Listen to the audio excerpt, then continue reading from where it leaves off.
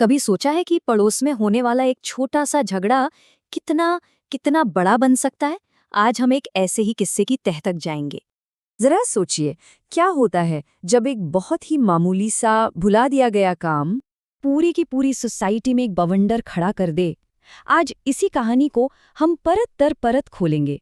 चलिए, इस कहानी की शुरुआत ना सीधे इसके क्लाइमैक्स से करते हैं। तो पहला हिस्सा है एक केक तबाही की शुरुआत।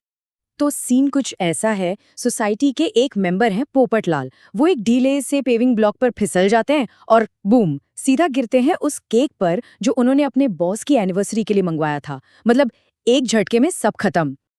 अब पोपटलाल का पहला रिएक्शन क्या था? जाहिर है, गुस्सा। और वो सीधा इल्जाम लगाते हैं, चिल्लाकर कहते हैं, ये सब भिड़े की वजह से हुआ है। सेक्रेटरी बन के घूमता है पर एक पत्थर ठीक नहीं करवा सकता। और बस यहीं से शुरू हो जाता है द ग्रेट ब्लेम गेम। लेकिन सवाल तो ये है कि वो ब्लॉक ढीला था ही क्यों? वो ठीक क्यों नहीं हुआ? इसका जवाब जानने के लिए हमें थोड़ा सा टाइम में पीछे चलना पड़ेगा। तो चलिए देखते हैं ध्यान भटकाने वाला वो द्वीप। देखिए, इस पूरी गड़बड़ की जड़ ना यही है। एक तरफ है अब्दुल का दोस्त हनीफ, जो कोई बहुत जरूरी खबर सुनाने के लिए बेताब है। और दूसरी तरफ है पूरी सोसाइटी की छोटी छोटी लेकिन लगातार आने वाली डिमांड्स। मतलब अब्दुल का तो पूरा दिन ही फोन कॉल्स में निकल गया, एक के बाद एक। पहले जेठालाल का फोन आता है, चीनी के लिए डांट पड़ती है। फोन रखते ही माधवी भाभी को साबुन चाहिए, फिर रोशन भाभी को लस्सी के लिए दही की जल्दी है, तो बबीता जी पनीर का वेट कर रही हैं। अरे इतना ही नहीं, अंजलि भाभी को ग्रीन टी चाहिए, और आखिर में खुद पोपटलाल का भी फोन आ जाता है चाय पत्ती के लिए। अब आप ही बताइए, इतनी भागदौड़ में वो मेन काम, वो पेविंग ब्लॉक कैसे याद रहता? अब्दुल का दोस्त हनीफ, जो ये सब देख रहा था, उसने बड़े मजेदार तरीके से पूरे दिन को समेट दिया। उसने अब्दुल से कहा, यार मैं सुबह से देख रहा हूं, तुम मेरे हाथ से ऐसे फिसल रहा है जैसे वो साबुन जो अभी अभी तुम माधवी भाभी को देकर आया है। मतलब एक लाइन में पूरे दिन का हालचाल। अच्छा, तो अब वापस आते हैं उस जगह पर जहां पोपटलाल गिरे पड़े हैं और हंगामा बरपा है। देखते हैं कि ये बहस आगे कहां तक जाती है। ये है हमारा तीसरा हिस्सा, दोषारोपण का महान खेल। तो पोपटलाल ने तो सीधा मोर्चा खोल दिया सेक्रेटरी भिड़े के खिलाफ। उनका पॉइंट एकदम क्लियर था, मैं क्यों ना बोलूं, सोसाइटी का मेंटेनेंस देखना आपकी जिम्मेदारी नहीं है क्या? पर भिड़े भी कहाँ चुप रहने वाले थे। उन्होंने फौरन ये जिम्मेदारी किसी और के सिर मढ़ दी। बोले, मैंने तो ये काम अब्दुल को दिया था।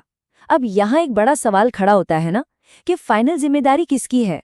जिसने काम दिया उसकी, या जिसे काम दिया गया था उसकी?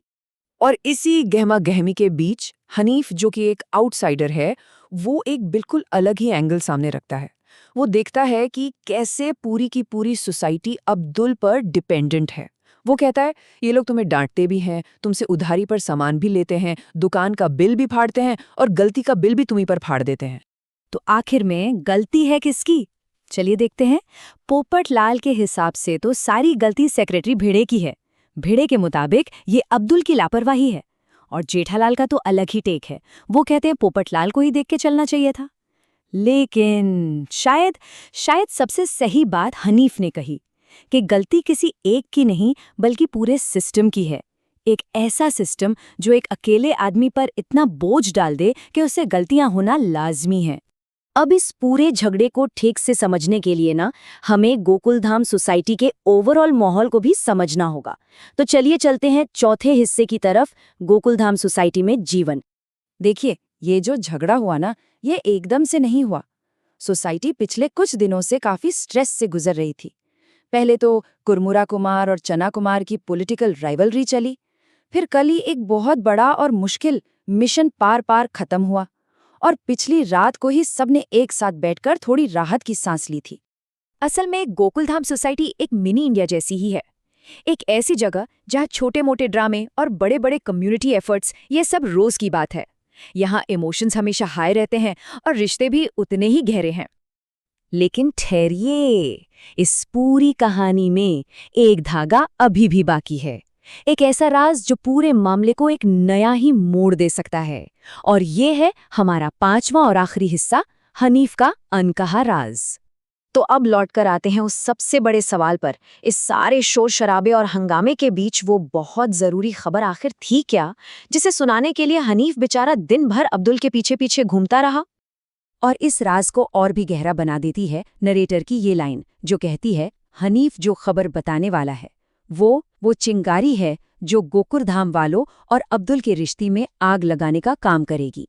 सोचिए, एक ऐसी खबर जो अब्दुल और गोकुलधाम सोसाइटी के रिश्ते को हमेशा हमेशा के लिए बदल सकती है।